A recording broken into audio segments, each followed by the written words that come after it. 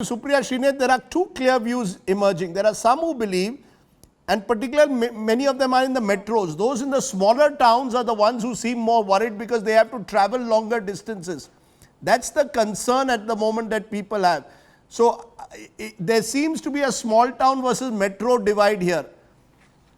Do you recognize that, Supriya Srinath, that this is not as if every student wants the exam postponed? Oh, I absolutely recognize that. I mean, I've been getting calls from people in my constituency and they believe it will be very tough for some of them to travel because there are no centers, so to say, there. And which is why I think one of the things that will have to be taken into consideration is that there is no public transport that is viable right now. These people will have to take private vehicles. Let us then look at infrastructure. Let us then give ourselves some time, look at infrastructure, let us prepare. Because also remember, Rajdeep, unlike the metros, the smaller towns, when these children go back, when their parents who accompany them go back, they also expose the elderly at home and the community at large to more infections. So we've got to be cognizant of the fact that we are knowingly letting people get into an infection zone, get out and go and spread further infection. Which is why I'm saying we need to prepare ourselves further. And the preparation also has to happen not just at the exam level, but also at the curriculum level. You know, tomorrow if the session begins in January or February or March, the universities, the colleges will have to recognize that the curriculum needs to be reworked, it needs to be crunched, something needs to be done there, and stakeholders will have to come on board for that, and that's a positive suggestion. You want to quickly respond to that, Sudhanshu, before I go to the next student? Go ahead, Sudhanshu. Okay. On the curriculum level, I would like to say with due humility, because I myself was an engineering student, in all professional courses, engineering or medical, there is a limit of this squeezing.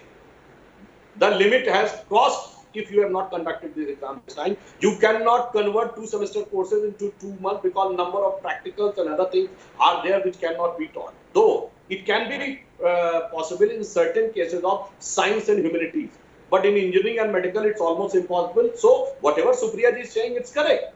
But there is no guarantee that after 3 months the situation will be better. As Director IIT Bombay was saying, that they have preponed the summer vacations and the situation become more worse after that. So my submission is that we have to think of that how we deal with the challenge. No, that is fair enough. That, you know, the fact is that the future in this country at the moment is uncertain because of COVID.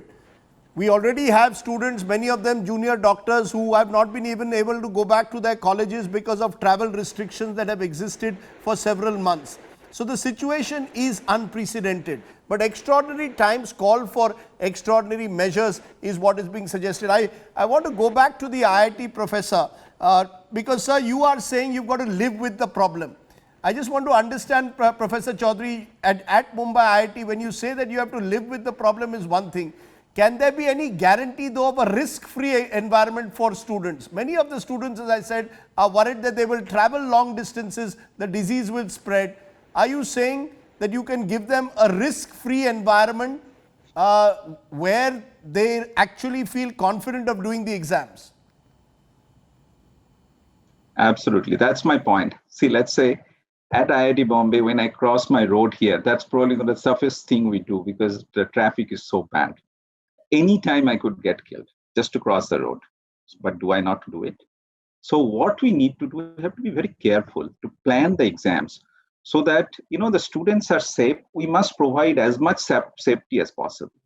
But again, it's a human life. Nobody can give you a guarantee because, you know, no matter how much you do, it's a virus and it flows, there's even aerosol and there are so many things.